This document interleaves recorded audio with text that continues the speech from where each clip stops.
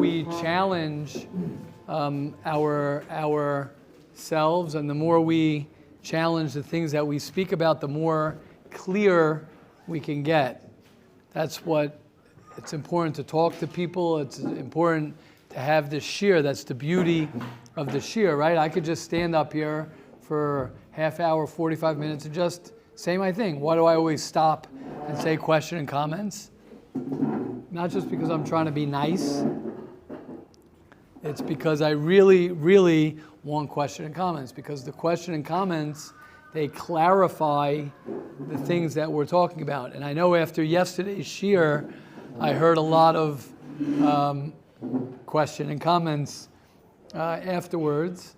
So I don't know if anyone remembers their question and comments, but I encourage everybody to ask certain whatever questions they might have. We could start off the way we ended off, talking about, kiddushes, Super Bowl parties, or we could just start off with whatever triggered. Like I always say, we love triggers. The reason we love triggers is because any trigger is a great way to get down to the bottom of something. Why does it bother me so much? Why does this bother me so much? Why, if someone would go ahead and say, you have to do this, you have to do that, or the shoulds, right?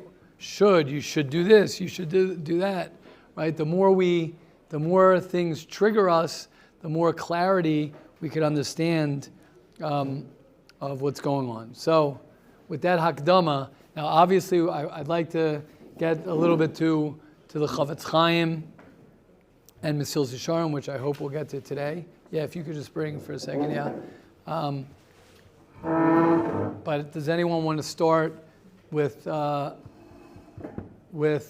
some questions from yesterday?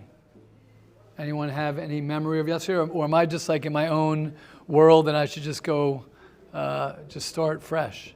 I know we mentioned something at the wedding. Thank you. Now that's the beauty. I'll get to you in a second, Daniel. Okay, both Daniel and Daniel. The beauty of a new day and a new shir is we could start over and we could start fresh and we could begin with a new perspective. Okay, so oh wow, we got four questions. So who's starting? Your hand went up first, Daniel. Let's go. When you said you have to get down to the bottom of why, I didn't fully understand what you meant yesterday when you said that. You don't understand how somebody in his 50s, right, a grown-up adult, is able to jump up and down when he hears this football team. Right. I'm just. Go. What did you? I just want. You just want to clarify what I meant by that, right? Okay. What I meant by that, and I'm so happy that that's maybe a question. I'm trying to help.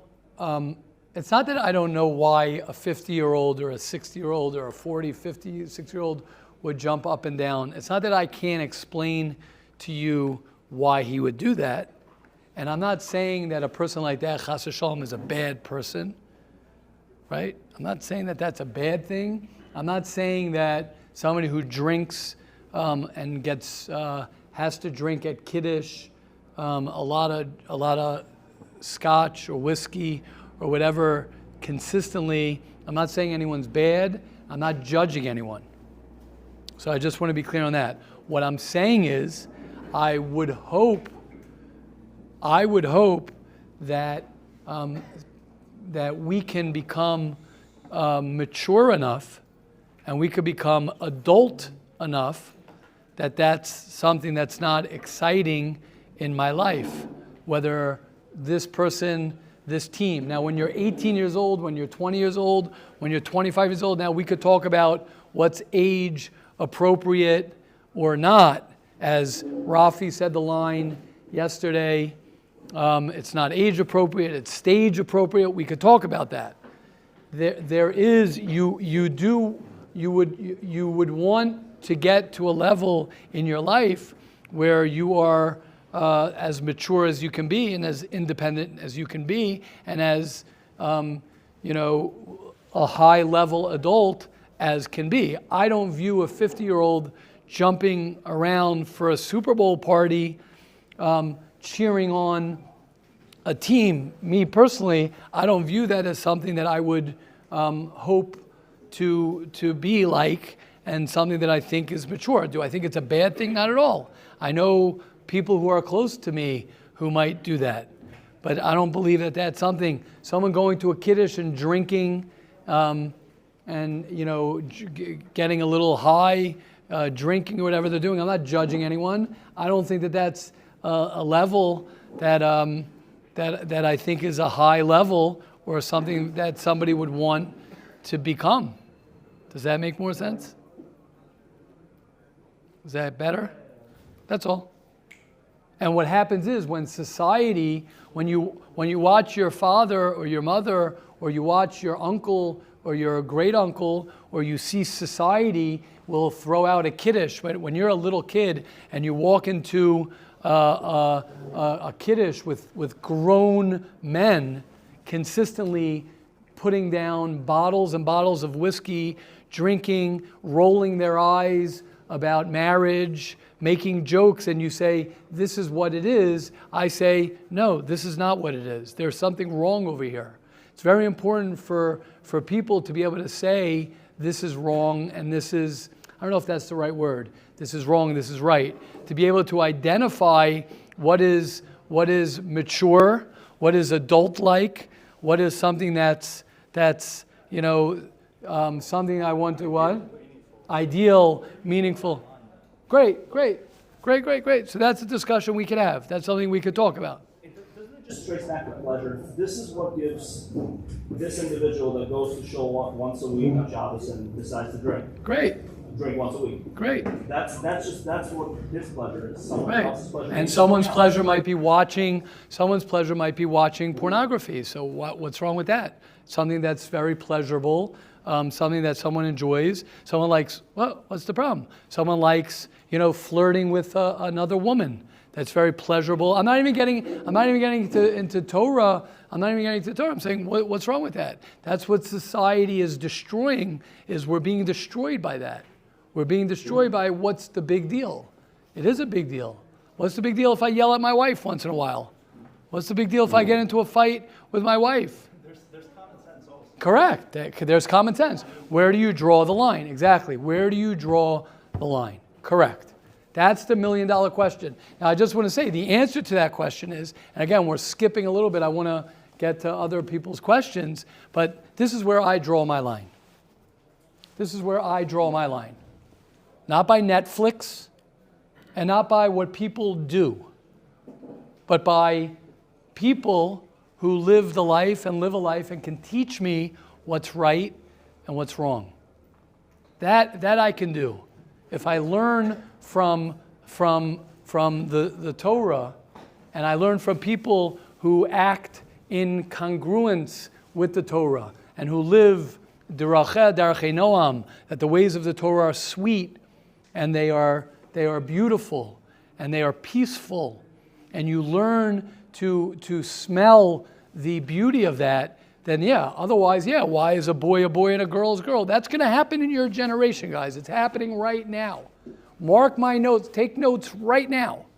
In 5 years, I don't know how fast it's going to be, where the same person who's going to challenge, getting drunk will be the same person who's going to challenge, I don't know if a boy's a boy or a girl's a girl. Who says? How do you know? Who are you to decide? So I need to start somewhere, and we need to start somewhere. We need to remind ourselves, as the decadence of society, as the society is being destroyed every month, every year, whatever's happening. Baruch Hashem, we have a base medrash. Baruch Hashem, we have a Mesilas Yesharim. This only cost me 6 shekel in 1997. 6 shekel. 6 shekel. Right? Where else am I getting my information from, Daniel? From where? From Netflix? From CNN? From Fox News? sorry, lahavdil, but I'm sorry I'm going to say it. I'm giving a shiur. I'm saying this to else. Yeshiva World News. Where am I getting it from? Mishpacha magazine? People might not like to hear that. Yated Ne'eman. Where am I getting my information from? From the Sheitelmacher? No offense to any Sheitelmacher. I'm not trying to put down anyone. I promise you I'm not putting down anyone. I mean that. But I just want to know, where am I getting my sanity from? Where am I getting it from? Am I getting it from the Mesilsh? Am I getting it from Chavetz Chaim? How many people have told me when I learned Chavetz Chaim with them at my table? How many people have told me, but if I can't do that, then what am I going to talk about? So I have nothing to talk about if I'm not going to talk Lashon Hara. Okay, great. So go talk Lashon Hara because you have nothing to talk about. Great, but that's the problem. We have to know these things. You're new here, Daniel. You just got here. You ain't seen nothing yet, my friend. We're just getting started. The longer you sit in that chair, the more in trouble you're going to be, in a good way. Because you'll realize that there's something wrong out there. There's nothing wrong here. There's nothing wrong in the Chavetz Chaim. There's nothing wrong in the Ramchal. There's nothing wrong. And we're so confused where something that's so clear, we don't even know if that's clear anymore. Right? To say anything about someone who's, a certain acts a certain way, you can't say anything anymore, which is very dangerous. It's dangerous that I can't stand up for what's right and say what's true anymore. I'm not allowed to do that. If you do that, you're in big trouble. It's very, very dangerous. Okay, I know, Rav Hillel, your hand's up, but I know, unless it's a quick, but I just know. What? You wait? Okay, we got to go around here. Where are we up to over here? But thank you, Daniel. I want to give you a thank you, for real. I encourage your questions, and I encourage the debate, and I encourage anyone, I encourage anyone to challenge, to talk, to ask, to not understand, because that's the only way you're going to understand is by asking. And if something triggers you, and believe it or not, I get triggered too. I also get triggered. And I got to learn what my triggers are. I don't know why I get triggered. I was telling Kivi, I said this the other night, when people, I'm not even sure why. When I'm driving and someone, when you're driving in a long thing and someone just passes right by and tries to get in. I don't know why that triggers me, but it triggers me. It triggers me. I don't know why kiddushes of people having green kiddushes and getting, I don't even know. I've never been to one of those. But when I hear of people having, putting down bottles of whiskey and green kiddushes, passing out candies, I don't know, am I talking bizarre things to anybody here? This is not bizarre? Am I saying weird things over here? This is not weird. It's not weird. That triggers me. That bothers me. That bothers me.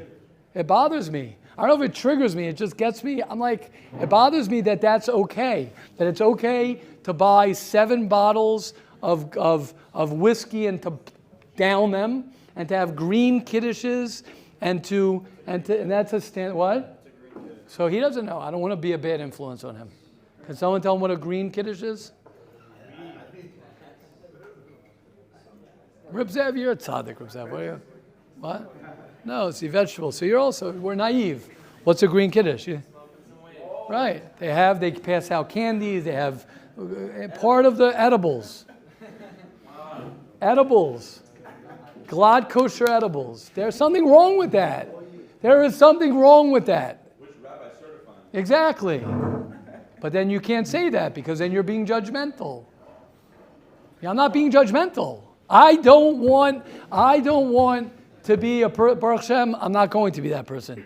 I don't want anybody here. I will feel guilty. I don't know what feeling I'll have. Hopefully I won't have that feeling. If somebody here, when they're 50 years old, is like, I'd say, what did I do wrong? What did I not teach him in yeshiva? Now, obviously, it's your bechira to live the life you want to live. But what, right? Everyone knows here, I say this all the time, to be a good husband. No one's going to be surprised. I say it to every chassid and kala, and everyone knows it. And my shalom bayashir, anyone who's stepped foot in this yeshiva for longer than a month will know that one of the most important things I teach everyone is to be a good husband. So I know that if someone is not going to be a good husband, Don't talk to me. I don't mean that in a mean way. I'm not interested, right? You learned here in the yeshiva. I couldn't care less how much you learned here in the yeshiva. If you're not going to be a good husband, I'm not proud of your. Now, is it hard to be a good husband? Of course, it's hard to be a good husband. But there's certain principles in life that are the most important things, and that I'm going to share that with everybody. Okay, Daniel. I guess I'm pretty much clear, but like from what it was sounding like yesterday, it was Yes. like a guy that drinks at a kiddush or a guy that watches football or the Right. Super Bowl or whatever is like you're out to lunch. You know? Good. So let's get more clear. A guy, I didn't say a guy. Let's get clear. We're talking about an age appropriate. Age appropriate. Rafi said it. Stage appropriate. What I said to everybody here, so let me be clear. It's not a guy who drinks at a kiddush and a guy who watches Super Bowl. That's not what I'm saying. What I'm saying is, what age are you?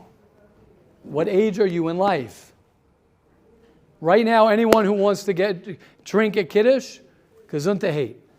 Anybody who wants to watch Super Bowl, I'm actually one of those yeshivas where I don't do a Super Bowl thing. Watch the Super Bowl. Some people are like, Dafka, let's make a thing not to watch the Super Bowl. I'm like, it's good to watch the Super Bowl. That's what I believe. I believe that. I believe it's good to watch the Super Bowl for you guys. For me,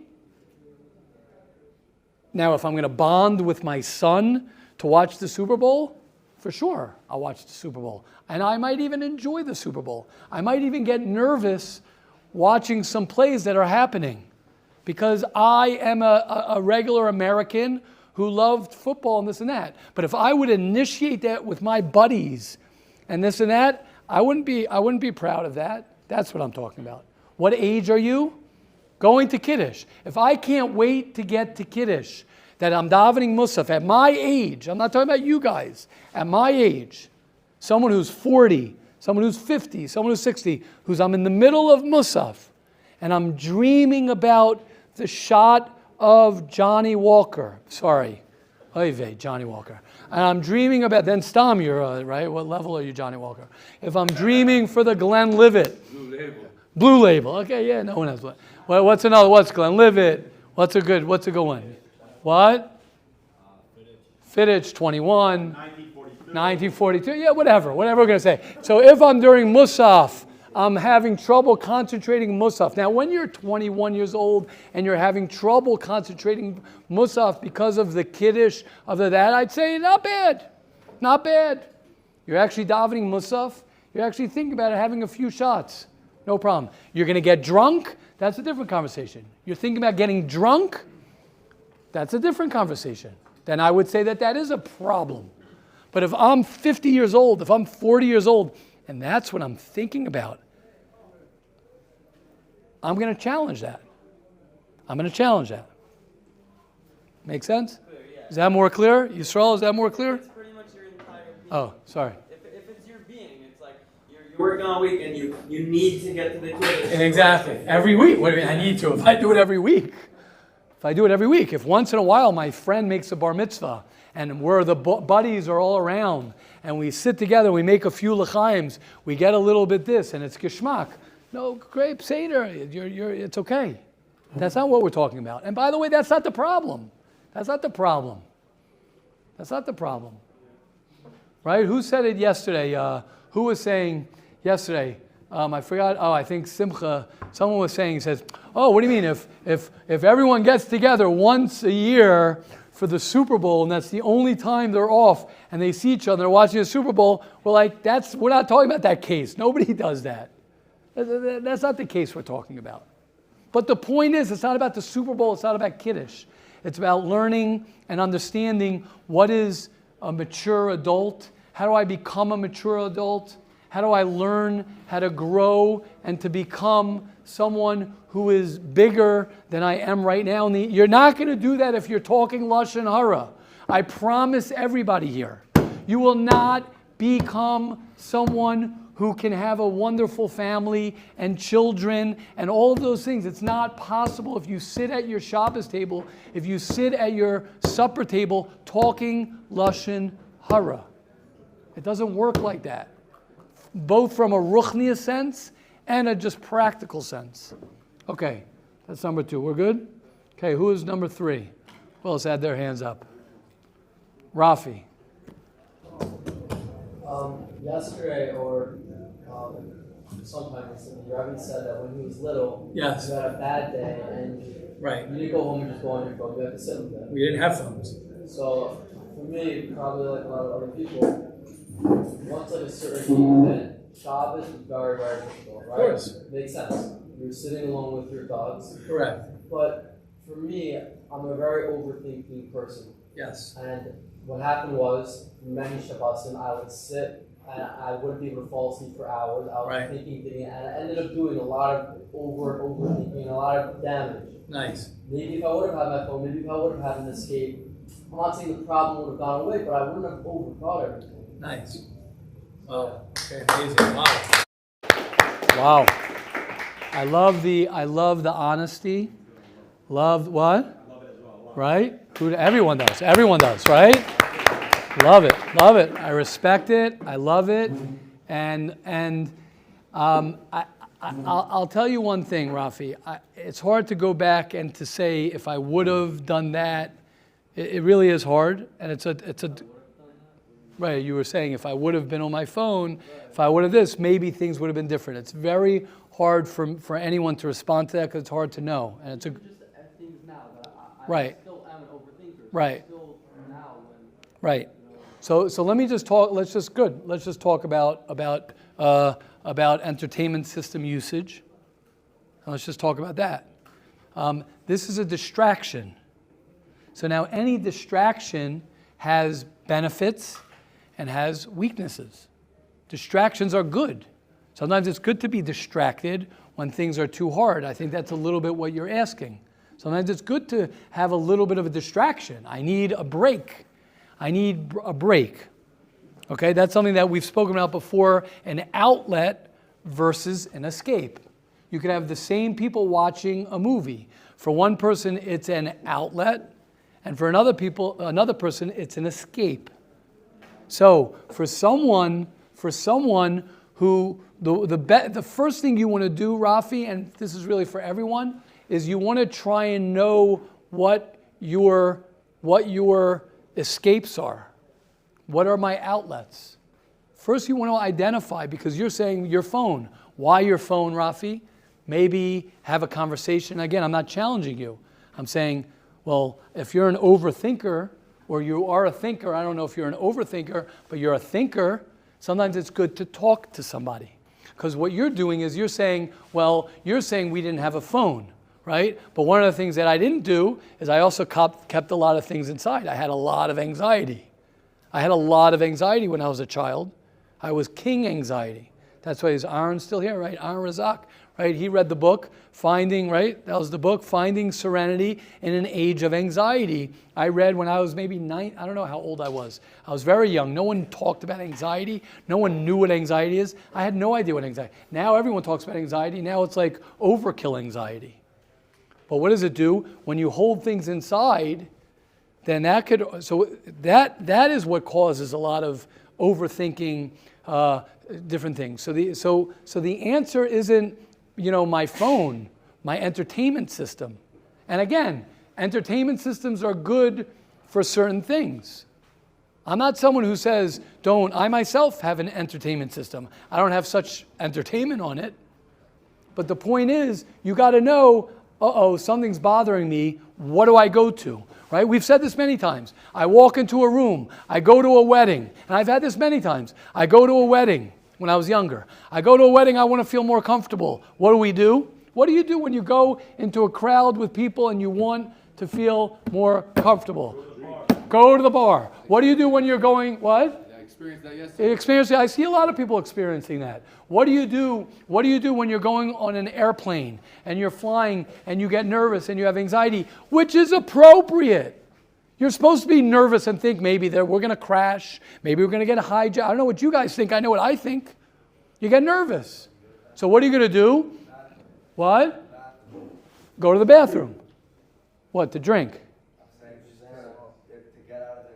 To get out of anxiety. Good. So what happens? So what do we do? What?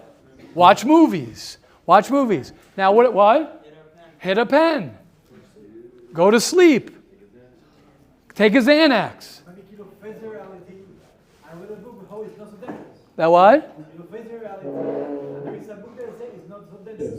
That what? There is a book that sometimes say it's not so dangerous of life.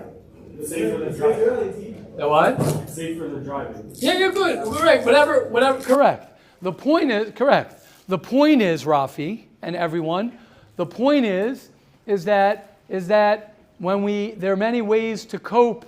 There are many ways to cope with overthinking. There are many ways to cope with anxiety. There are many ways to deal with problems that we have. The question is, am I doing those things or am I not? I doubt your entertainment system, unless you can meditate through your entertainment system, which you could. You go on Spotify and you find a good meditation thing. That could be a positive way to access your entertainment system.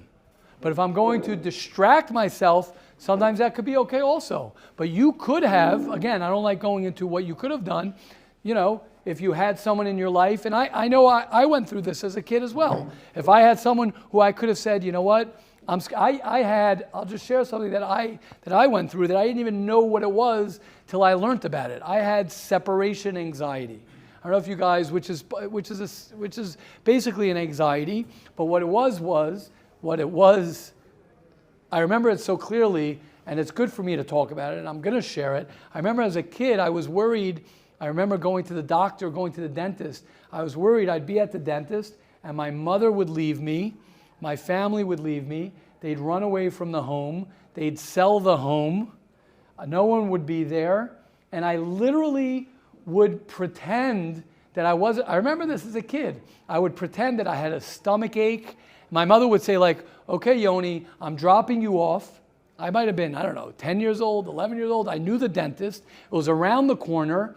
I'll drop you off. I'll pick you up after the appointment.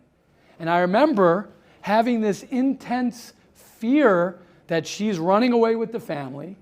They're selling the home, right? Blah, blah, blah. It's called separation anxiety. And it was so painful. What would I do? And I remember this. I would lie and I would say, my stomach hurts me. Oh, I'm having such stomach pain. And somehow I would figure out a way for my mother to have to stay with me. That's what I did. Now, why did I do that? Because I was having to. Now, I didn't know what was happening. I didn't say, oh, wow, there's something wrong with you. Why are you analyzing? You're a little kid. Now, if someone would have opened up to me, said, are you okay? Hurting me, whatever, let's talk about it. I don't know what would have happened. It didn't happen. That's not the point. If maybe I would have had some whiskey, found out that that's good. If maybe I would have had a game, I don't know what would have happened. But it didn't happen. It didn't happen. The point is that we all have things like that. We all have things that are like that. Until I was later on in life, I didn't learn how to deal with that. I didn't know how to deal with that. I didn't know how to deal with my anxiety. I didn't even know what anxiety was. What would have happened if everyone had a phone? Because I'm just saying. I don't know. That's what I'm saying. It's hard to say, well, would have. I don't know. But I know one thing. I don't know. There were other outlets that I did that weren't healthy. There were other outlets that I did that were not healthy because of my anxiety. I remember that's how I discovered drinking. I discovered drinking because I was like, wow, I'd go to a wedding and I would drink, have 2 shots, 3 shots, and I'm like, right? It started off in Shayashiv. That's when I started really drinking, right? And I was like, wow, this is awesome. I love going to a wedding. And I did that now I wasn't a drunkard, I wasn't an alcoholic, but then I went through a stage where I told myself, and to this day, I will not drink on purpose. I went through like years where I was like, I'm not going to drink even 1 shot because I don't want to do that. Now, is it easy? You know what? I used to have this when I would speak. Before I would speak in front of a big crowd, I would take a shot or 2, which is not a big deal. And I would speak incredible. I'd be like, yeah. I'd feel so good. I'd be like, because Baruch Hashem, I was a good speaker anyway. But if you guys give me a shot of vodka before Masil Shisha, how do you guys don't know I don't load up in my office? When it was in the morning. Right? Well, one time, right? right? Right? How do you guys don't know that I don't load up before I come down here from my office, right? I'm like, okay, Mesilas Yesharim, let's go, right? Wouldn't that be a shame if I did that? Why would that be a shame? It would be a shame. I would never do that. But I remember I had a stage in my life where before this is not, to me, this is not like a sheer I'm giving that I'm nervous about that I'm giving. But if I would speak, in front of a crowd that I'm not so familiar, if it's a Shabbos morning, it's even easier because then I get the excuse of I had the kiddush with the herring and blah, blah, and then it's a mitzvah, whatever I would say, whatever it is. But the bottom line is I got to a stage where I was like, I don't want to question myself whether I'm capable of being a good speaker because I'm drinking something. I want to be able to be a good speaker because I want to be authentic me. I want to be me. And if I'm nervous, I'm okay being nervous. And that's okay. Does that make sense? Thank you, Rafi. Thank you, Rafi. And you know what? These things, I want to say, these things take time. The problem is we want to just fix the problem. We have social anxiety, so I want to walk into a chasna, I want to feel good. So like Shalom was saying, so give me 2 shots. What's the big deal? What's the big deal? You know how many times I see that guy's filling up a whole cup of this, and I'm like, I feel bad for the guy. I feel bad for him. I really do. I really feel bad for people who need to load up, who, if that's the way, I'm just using that term, who need to shoot up the alcohol to feel good about themselves. I really feel bad. Why do I feel bad? Because I know that they're not dealing with themselves. Instead of saying, you know what, I'm a little nervous. It's okay. It's okay that I'm nervous. It's okay that I'm in a bad mood, and it's okay. It's okay. Okay, yes. Welcome back, Binyamin. Welcome back. Right? Okay. Shkaya, welcome back, Binyamin. Missed you. Yeah, what do you say? What do you have? Any thoughts from your trip? Right, you're back in. I was gonna say similar to Rob. Yeah, that what? There's a difference. I wasn't here yesterday, so I don't really know. Right. There's a difference, I think, between drinking out of kiddush consistently and watching football in terms of maturity. Yeah, correct. I was talking about older people. I'm not talking. Even when you're 18, since drinking out of kiddush, it's more important. It's what? That's a form of an escape. Correct. Right. It was nothing to do with maturity. Say that again. Let me hear. I think there's a difference between maturity and escape. Okay. So even if you're drinking consistently at a kiddush, even if you're 18, I don't think that's anything to do with maturity. I think that's just a form of escape. Nice. Okay, I like that distinction. You're saying it doesn't matter mature or not mature. If you're consistently drinking at a kiddush, then why are you doing that? Why are you doing Supposed to watching football. Football is not right. That's more of a, that could be fine. I hear that. Very good point. Okay, nice. Okay, yes, Yudi, beautiful. And then we'll get to your I just film. want to say on this Yeah. point that really when it comes down to anything could technically be an escape is why you're doing it. Maybe it's okay to so call it escape life, and it's a very aggressive word. It's okay to go on vacation, you know what I mean? Right. So it's okay to watch a football game, but also you could just be watching a football game as a form of an escape. Right.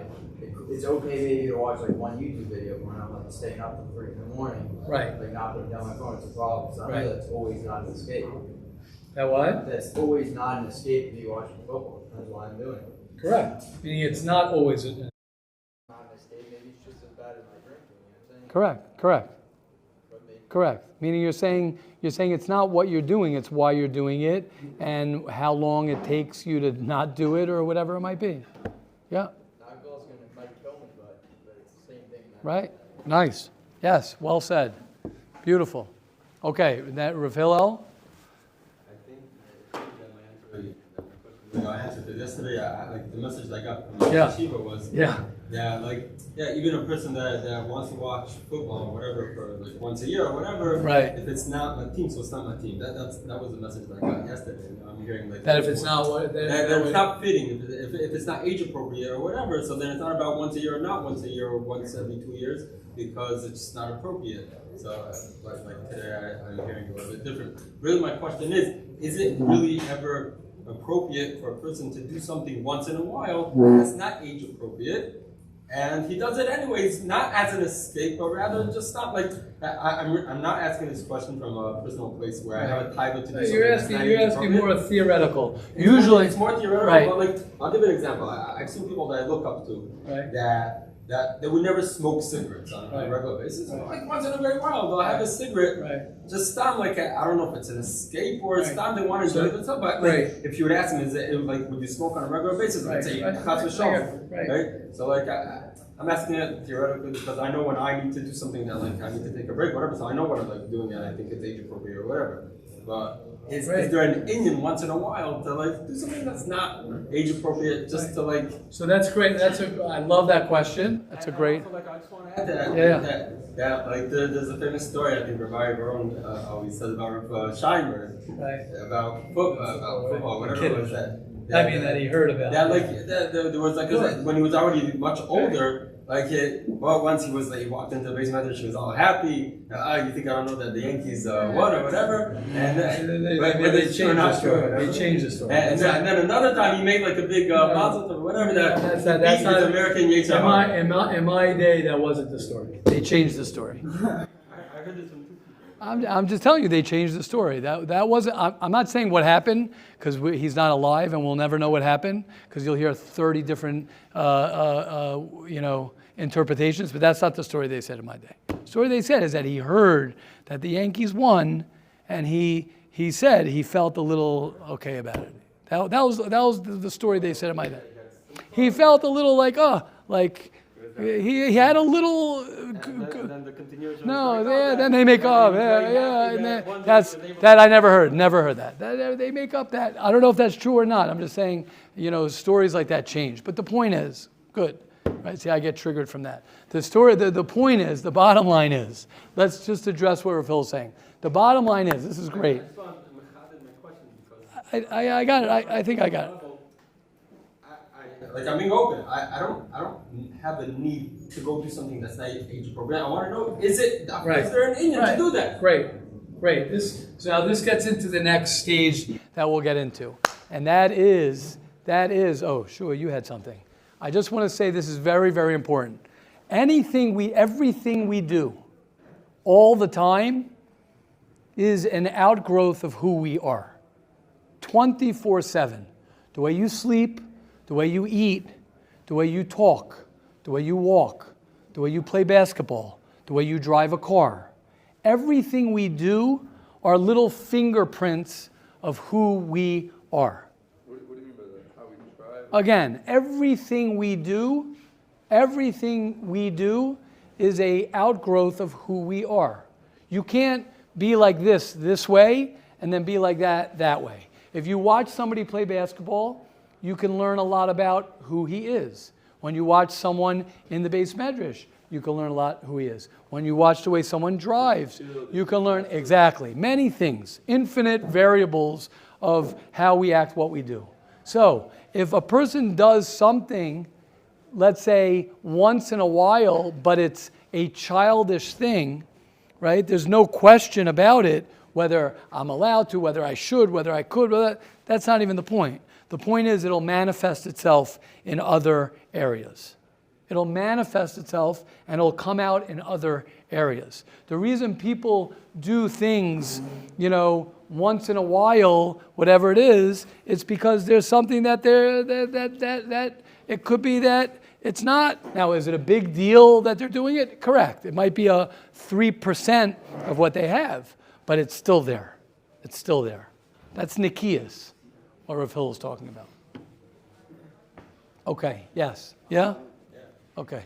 Thank you. I just want to say, guys, something. And I know I'm not just saying this to compliment Rav Hillel for him to feel good. It's good for him to feel good also. But Rav Hillel's sitting, right? His son just came, right? But he's sitting here in Shir, right? Asking these questions because that is, he wants to grow. He wants to know more. He wants to understand. He wants to challenge himself more. It's not about being in yeshiva and I gotta get through this. This is what life is about. So thank you, Rav Hillel. Thank you, Rav Hillel. I love it. It's inspiring. It's inspiring. Yes, Shua. My question questions were really asked already by Okay. other people. Some questions I had was why do we have a kiddush in yeshiva with alcohol? Yes. Rabbi was bashing it. Great. So if you noticed how what I do for the kiddush in yeshiva is it's very controlled. I bedafka told him to get shot glasses, and I will talk about it again on purpose, small glasses, and to talk about how to drink. Because when I see guys filling up cups of alcohol, as opposed to saying there's nothing wrong with teaching, right? It's not like you have to, if you notice in yeshiva, we don't have 15 bottles that are just there. There are a few bottles. This last kiddush, we didn't even have anything. There was 1 or 2 bottles that had to come through it. I'm much more makbid on that. When they ask me to should we buy wine for Shabbos, I'm very, very organized to say, okay, we could buy a bottle of wine for a table. We could buy a beer for this. There's nothing wrong with appropriately, to say we're going to be a sober yeshiva, not going to let anyone, okay, maybe one day we'll have to get there. I don't know. Maybe one day we'll have to do that. My next thing Is that okay? great. Yeah.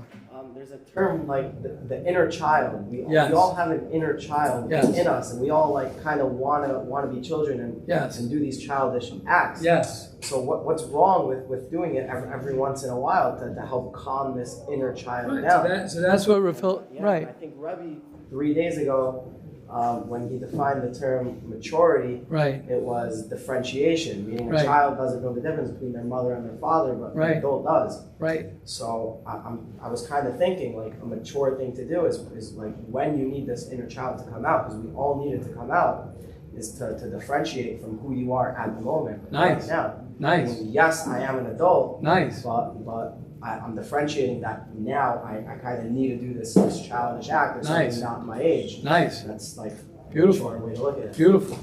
Beautiful. Sure. Beautiful.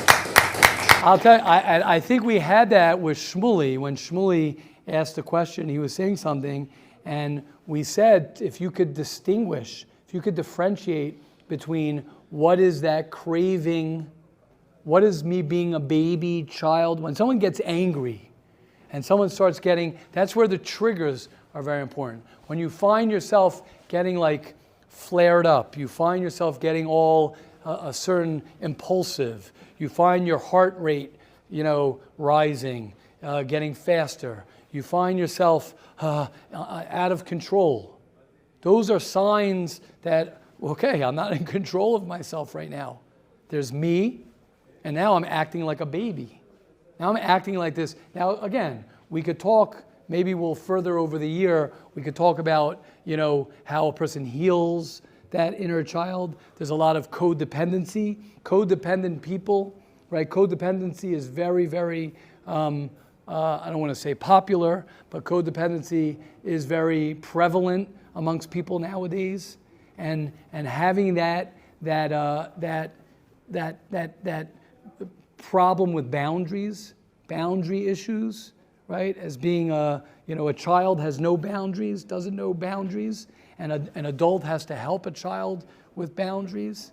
So a lot of times we're like, here, let me say, anything you do without boundaries already is getting into the level of being a child.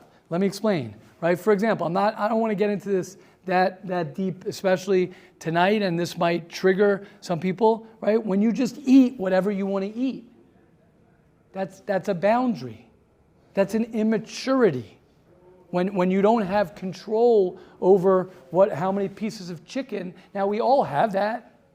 When a person is not able to control his eyes, that's a child. What are you doing? You can't just look wherever you want to look, whenever I want to look. Boundaries are very, very linked to adult and children. You're out of control. I'm out of control. I have no control. Children don't have control. They need their parents to say, it's 8:30 at night, you must go to sleep. You know why you must go to sleep? Because you need to have a good night's sleep to get up early in the morning for school. If you would let your children go to sleep whenever they want to go to sleep, when would they go to sleep? They'd never go to sleep. If you would let your child before supper eat whatever they wanted to eat, they would come to supper with a bellyache.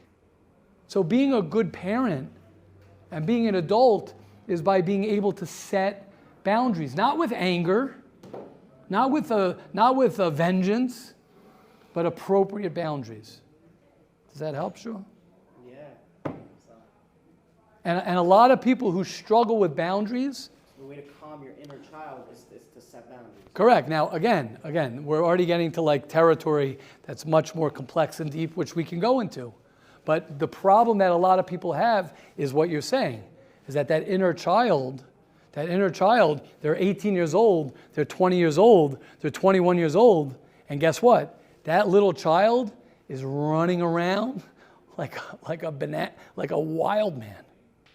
He watches what he wants, he eats what he wants. There is that little child, even though I'm 20 years old, even though I'm 21 years old, and then we struggle with that. We're like, oh my gosh, I'm out of control. I have no control over myself. That already gets into trauma, healing, addictions, right? Addictions, that's a lot of people who have addictions, right? And all of us, our generation, everyone's on the cusp of addictions. Where addictions is becoming more and more. I think in America, I think in the U.S. this year was the most overdoses. The addictions has gone through the roof. That's inner child. Everyone talks about the inner child work, trauma work. That's everything nowadays. No boundaries. Eat what you want, drink what you want, air conditioning what you want, swipe the credit card what you want, live how I want, and no one's going to tell me. Someone's going to put boundaries on me. I'll rebel. Yeah, Hashem should help us all. Amazing, everyone. Amazing.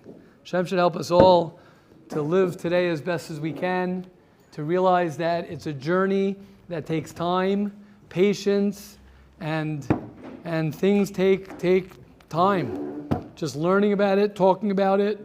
Have an amazing evening, everybody.